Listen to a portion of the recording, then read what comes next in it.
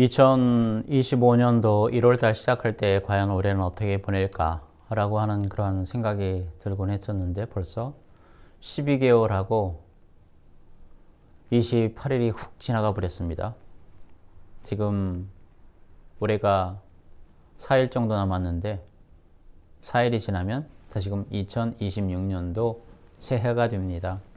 올 한 해 어려움 가운데서 잘 버티고 오신 여러분들 주님의 이름으로 축복을 드립니다. 지난 한 해를 되돌아보니 지난 한 해 역시 분열과 혐오 속에서 있었던 것은 아닌가 생각이 들지요. 그런 가운데서 우리가 그리스도인으로서 어떻게 살아왔는지 되돌아보게도 됩니다.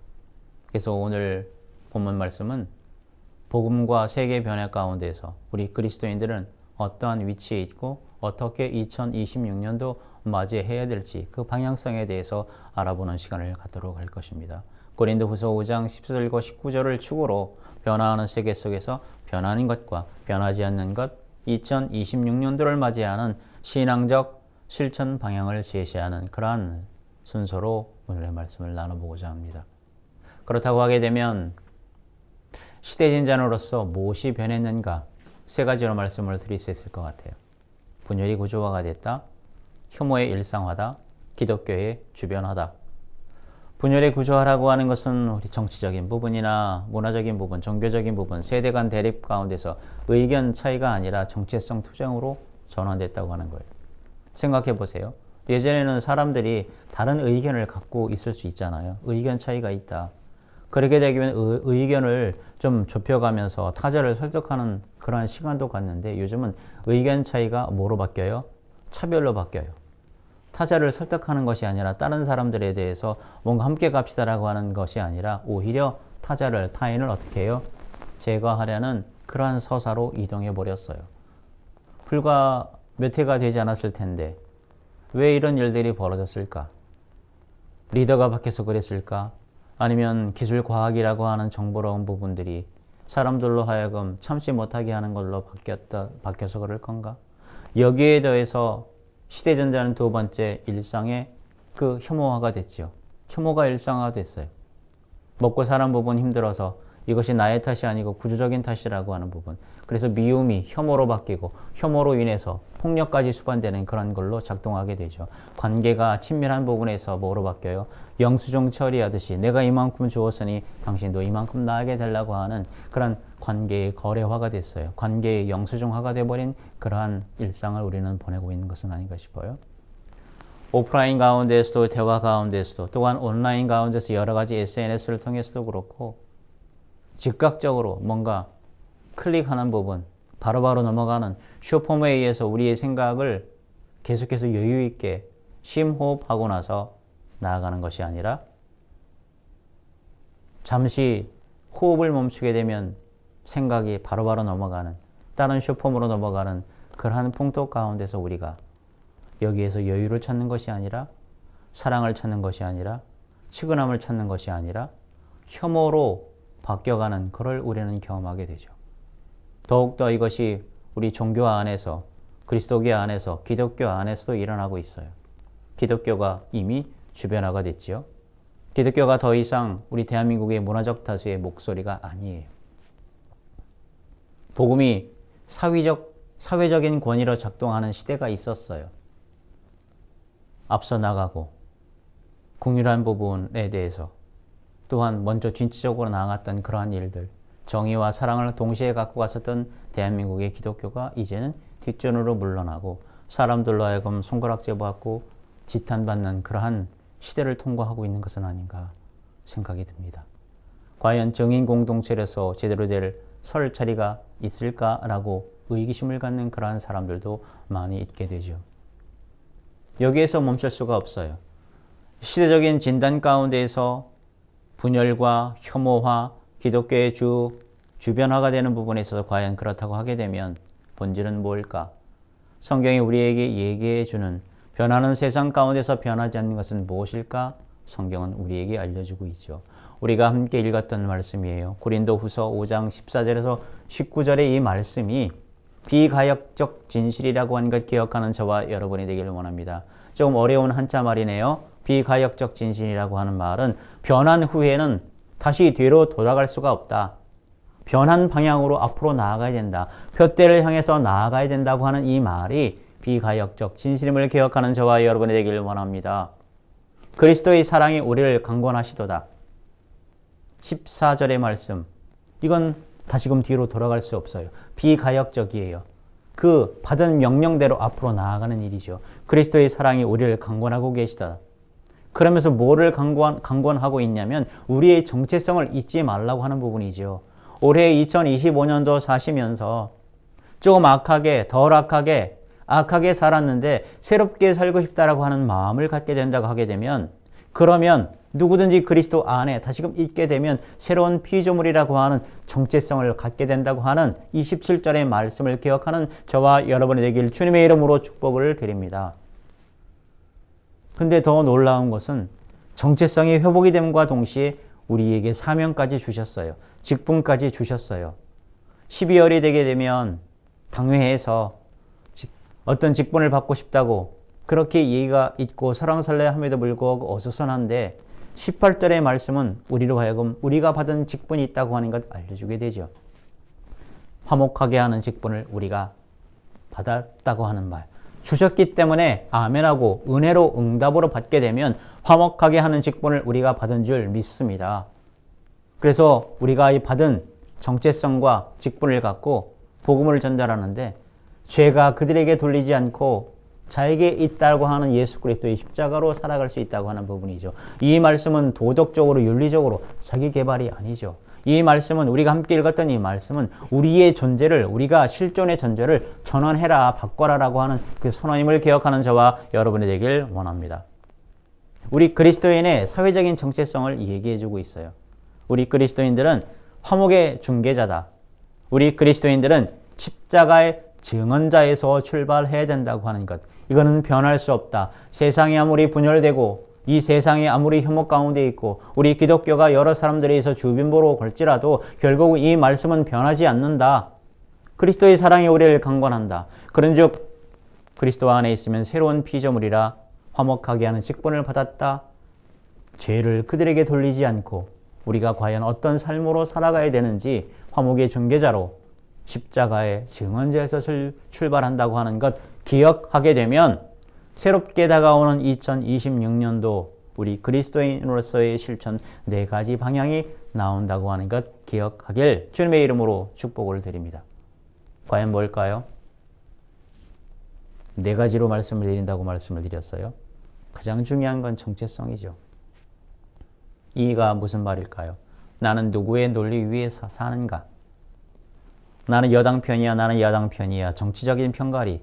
물론 옳고 그름에 대해서 의견을 제시할 수가 있겠지만 이러한 논리가 아니라 복음의 정체성 기반 위에서 우리의 의사를 결정해야 된다고 하는 말이죠.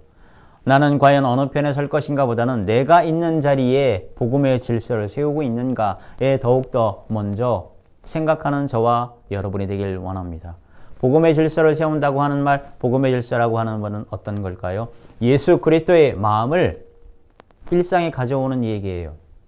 어떤 사람을 만나거나 어떤 사건을 대할 때에 과연 예수 그리스도께서는 이 부분에 대해서 어떤 생각을 갖고 있고 어떤 행동 강령을 갖고 있을 건가? 과연 이 그리스도인으로 살아간다고 하는 부분, 이러한 것 가운데서 복음의 질서를 우리가 기반으로 놓고 우리의 정체성을 쌓고 나아가는 건가? 라고 하는 것 가장 중요한 이 정체성, 제 정위치를 놓고 기도하는 저와 여러분이 되길 주님의 이름으로 축복을 드립니다. 두 번째는 어떤 걸까요? 새롭게 2026년도 그리스도인으로 살아가는 그런 방향 가운데서 두 번째, 정체성을 넘어서 화목의 실천이 필요하죠. 화목은 감정이 아니라고 얘기합니다. 화목은 구조적인 행위라고도 얘기하죠. 감정은 결과이기도 하고 그 결과가 나오고 이전에 어떤 구조가 있다고 하는 거예요. 어떤 거냐면 어떤 사건이나 어떤 사람이나 어떤 것을 맞닥뜨렸을 때 즉각적인 반응하는 대신에 관점을 확인해 볼 수 있는 시간을 가지라는 얘기죠. 2초, 3초, 5초,